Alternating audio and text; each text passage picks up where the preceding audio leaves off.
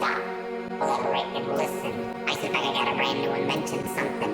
Grabs a hold of me tightly, shot like a harpoon daily and nightly. Give a little stop, go, I don't know, but turn off the light, yo, then I'll blow. To the extreme, I work a mic like a vandal, light up a stage and rise a chop like a candle, dance. Let the DJ go boom, I'm killing your brain like a poisonous mushroom, deadly. When I hear a dope melody, anything less than the bestest of felony. Love us or leave it, you got a gateway. Don't play the bullshit, cause kid don't play. If I got a problem, yo, I'll solve it. Check out the hook where my DJ revolves it. Oh, there we go. Hello, everybody. Return to the Big Pimp Daddy Porcelain Puncher up in this motherfucker. How's everybody doing? We live. Dude, fucking Pikachu's over here drinking on the job. Like, I come back home and he's laid out on the fucking pedestal.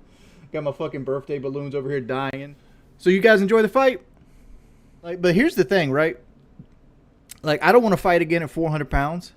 Like, it's an experience of itself, right? But I much prefer to fight like 350 or 340. So, like, I'm hoping that the next, next thing, I miss the next card, and then I jump on the card after that, which would give me, like, 4 months to get that weight off and fight at 350. That's what I'm hoping to do. Badland Chugs is easily bigger than me, like, weight-wise. And I think he's older than me, too. And I 100% will outwork him. Like, the whole time... Like, I fed off that shit. Like, people saying I wouldn't show up and that I'm not training and shit like that. I didn't want to... Well, first off, I didn't want to give away any of my strategy. But after I landed, basically, like, the Superman punch... And the reason I did the Superman punch was because I wanted to end it within 30 seconds. Because I kept over and over and saying, like, I'm going to take him out within 30 seconds. Matter of fact, let's just watch the fight. You guys want to watch the fight? Let's do that. Let's skip Boogie's intro because Boogie's intro sucks. Well, actually, no, let's not. Because, like, here, like, Boogie is walking really slowly. Like, his pants are already falling. Captain Noosh, thank you everybody for the donations. I appreciate that shit from all my heart. There's Brantley giving Boogie things. Like, look how many people they had to hold the thing. And this is, let me pause it right here. I love Boogie from the bottom of my heart, but, like, this is all Boogie. You see how badly they got to hold the ropes up? It's because Boogie couldn't actually get into the ropes. But, like, yeah, they start with this rope thing because of that. And it's like, dude, I don't know if Boogie can get into the ring at this situation. But you could tell he was scared. But to be perfectly honest, like, this is something I didn't tell my wife. Like, I was having nightmares about Boogie. And, like, anybody that says that going into a professional boxing match, no matter how confident you fucking are, you're going to fucking struggle and have, like, you're going to second guess yourself. Like, I knew going into it, I was in better shape than Boogie. I'd outworked him. I was working on boxing. And, like, every other day, he was showing some fucking video where he was, like, doing this number. Like, having bad form on things. Dude, proud of you, Wings. Been here at the beginning. Cross fingers that PK has you as a fourth guest. It really needs it. PK works well with me. Hey, Grayson. And it was doing this number. But, like, I would have dreams that I was hitting Boogie, and he was basically a brick fucking wall, and I was doing nothing to him. Like, you ever have that dream where you're punching somebody, and your punches look like this? Like, you just can't throw them? Like, I was having that dream over and over again. And, like, I was even doubting myself the second, like, in the back. Like, when you start to get your hands wrapped, I'm like, what the fuck did I get myself into? This right here, the walkout. Let's talk about the walkout. Mick Juggernugs reached me because apparently he had beef with Boogie, and he offered to pay my sponsorship for the shirt. But we negotiated a little bit. But he paid the sponsorship for the shirt, but I didn't realize it at the time that him and Boogie had super beef. So, like, when I showed up with the fucking Psycho Dad shirt, Boogie fucking was mad as hell about that. Like, in the back locker room, is like, why you got that on? And I'm like, yeah. Good thing. And like, I was actually thinking about this. Like, I was regretting this halfway through because I was using all this fucking energy and oxygen rapping when I should have just been concentrating and preserving my energy. I'm over here pointing people out. I couldn't see motherfucking shit. Like, honestly, like, everybody looked like a sea of nothing. Look at how athletic this is. Didn't miss a beat. Went under the ring. Kept rapping. I'm an athlete. Your boy's a fucking athlete, son. Look at those eyes, son. I know what I gotta do. I look like I've never slept in my life with my glasses off. And I'm at this point, I'm like, let's test the waters. I hit him with the 1-2. Like you'll see like his bad form go. Grayson, stop, buddy. I'm trying to get him to put that arm out there again. He puts the arm out. I hit him with the right, and then I'm just going in and hitting him, and like he's surprised. I actually knocked his mouth guard out right there. And then the referee stops it. I'm like, fuck, man. I'm like, if you go back and look, I'm mad as hell at him. Look at my face when the referee stops this. Fuck you. I'm like, shit. Because I was trying to take him out right there. I wanted to end it right there. You'll see the camera cut over and I'm smiling because I'm looking at my coach right now and he's telling me what to do after the fight. I'm just like, what this is? I'm like, this is a fucking shit show thinking about it. So like at this point, I'm deciding I'm just going to slug it out with him. I'm not worried about him hitting me. He's so embarrassed or anything like that. The problem with EDP 445 is like he's a pedophile, man. Like straight up, the dude's a straight pedophile. Like nobody will touch him. I've said some dumb shit in my life, and I apologize for it. But dude, man, literally be going after like 13-year-old girls. That's fucking sick. Any thoughts on keeping up with the good vibes with the charity stream for the cause like you did for that one girl years earlier? Honestly, right now, man, I'm all down to do a charity stream or jump onto a charity stream or help a charity out. But right now, I'm trying to get my back fixed because, like, going forward, if I'm going to do this boxing thing, I don't want to deal with like a pinched nerve in my back, and I want to drop the weight. I'm tired of being heavy. My pinched nerve doesn't actually cause me pain. What it does is it if I stand up for like 5 or 6 minutes, what happens is like my leg goes to sleep, and I thought it initially was like a blood problem, like I was having issue like maybe a blood clot or something like that, and my personal doctor says he thinks it's radiculopathy and it's coming from my back. And I went and had a nerve study today, which is basically they stick needles in you and they shoot electricity up into your muscles and they like map out your nervous system. And I was sitting there, I'm like, my doctor thinks it's coming from my lower back. You gonna do it in my lower back? He's like, you should be feeling this in your lower back. And I'm like, oh, I'm not feeling it in my lower back because the nerve was completely pinched. I've been invited on PK, but that's not what I want to do. What I want to do is a real life PK meetup. I don't want to jump onto a podcast. I want to get them motherfuckers out of their house and actually meet up and do one live. My problem that causes back pain, and I have no clue if I can fix it yet.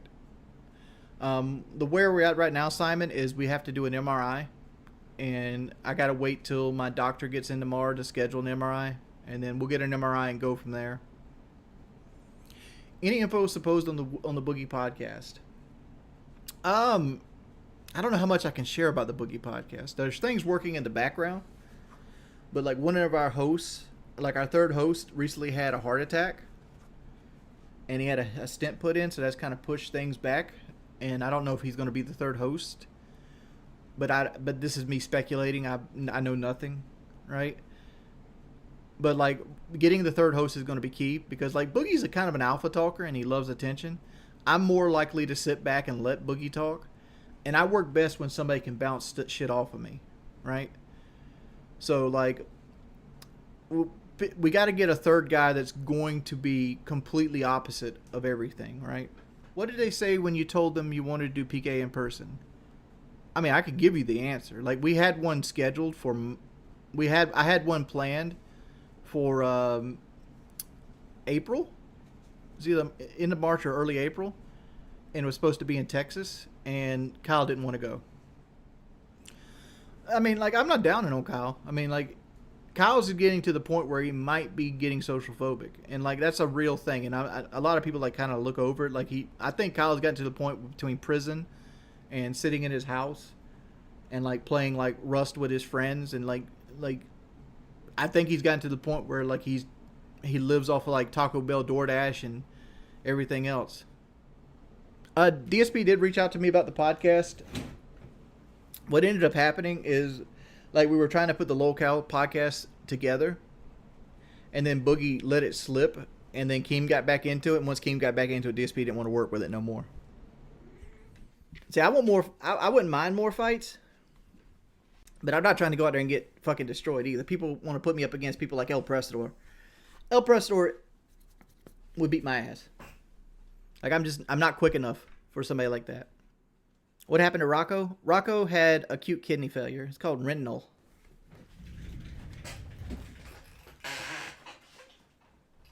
Big Rocco's back home, though. There's Big Rock now.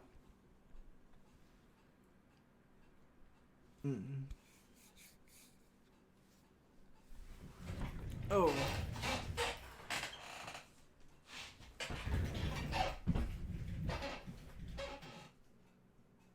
How was London, Teddy? I gotta say, I'm not a fan. Like, the soda sucked. Like, I tried Pepsi. Pepsi was fucking terrible. I tried Coke. It was terrible. Like, everything's so expensive. Like, and like, for example, like McDonald's, like we had a McDonald's from our hotel, like near the Wembley Arena. And like, you went out there, they had the Big and Tasty, and they had chicken selects, and they had like strawberry lemonade and shit like that. That was from like 2005 or some shit like that. They had shit from 10 years ago. No reason. I wonder why I weigh. Let's weigh myself. Let's see what I'm at. I did have dinner. I think I got a pee-pee, but let's see where I'm at. 396.6. Actually, I got to try working on eating. Right? That's my goal. Like Paul was talking to me, I was eating too little because I was getting to the point where I was just eating 500 to 700 calories a day. I need to up it to like 1,300 calories a day. Wings of Domestic Threats. I think you're on your troll account, man. No, I haven't really watched any of the troll content. I heard that like Wings 007 was sour as fuck that I won. But, you know, I remember him trying to... I have a guy who is a friend of mine. He goes by the name of Gaming Attorney. And he wanted to put a $10,000 bet on the fight. And Wings 007 came out and said he'd put $10,000 on the fight. So I got my boys DM like, dude, if you're going to put $10,000 on this fight, you need to get an escrow because that boy ain't got $10,000. I guarantee it. And he went back and gave him the escrow. Like, yo, we'll do this. We'll put the money into escrow. And fucking Wings 007 disappeared. Just stopped talking to motherfucker. So I might be getting a plaque from Guinness World Records as well. Because I think me and Boogie are now officially the heaviest heavyweight fight in boxing history. Like, I'm going to put these up behind me. And we're retiring these. You know, I'll make a new pair that's going to be a little more lavish next time. Like, my wife is so cool. Like, we got this, like, glitter from Michaels. Because, like, these are just Adidas, so they're white stripes. So we put, like, the gold on here to kind of match.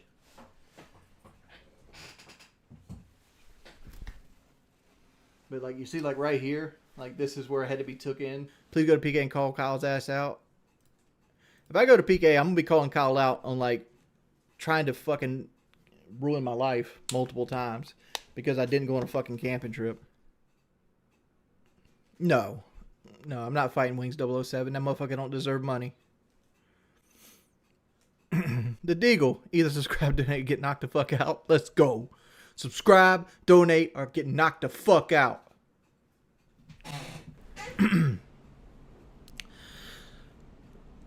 So, at the weigh-in, Boogie got there before me, and I want to say this is like, I didn't know Boogie was such a horn dog, right?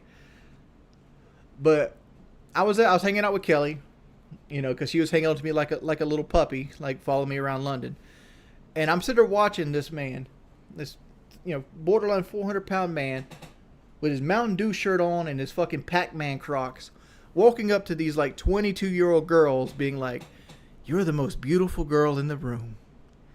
I just have to say that." And I'm like, what the fuck is this guy doing? And this guy, like, he hit every ring girl up but Brantley, which Brantley was Keemstar's girlfriend. Right, this was his fucking game. Like, he come out here and he spit the same game to like 4 different women, and like one of them was like Paigey Cakey, right? And like Paigey Cakey's girlfriend was like sitting right there with her. And so it's like, man, this guy's game is weak as fuck. Like, this is his whole game. Like, you could tell, like, in his fucking past, like, he wanted to have like $200 in his hands. So I'm like, Boogie dog, paying for pussy ain't game. That's a transaction. What do you expect to do? You expect to bring a fucking girl back to your room when you already have like a girl in your room? Because he brought like his friend, which was odd to begin with. He brought like his friend who was married to another guy, and they had like take the king size bed and like split them apart. But like he literally, I'm like, Boogie, it's amazing that you found the 1 through 6 most beautiful women you ever seen in your life in this fucking room right here, huh? It's like ridiculous. Where's the podcast planned? I don't know where it's at right now. There's 100% a podcast planned. But I think I'm gonna call it right here, boys. We're about 2 hours in. I'll see you guys later. Peace, people. Looks like this stream's getting deleted.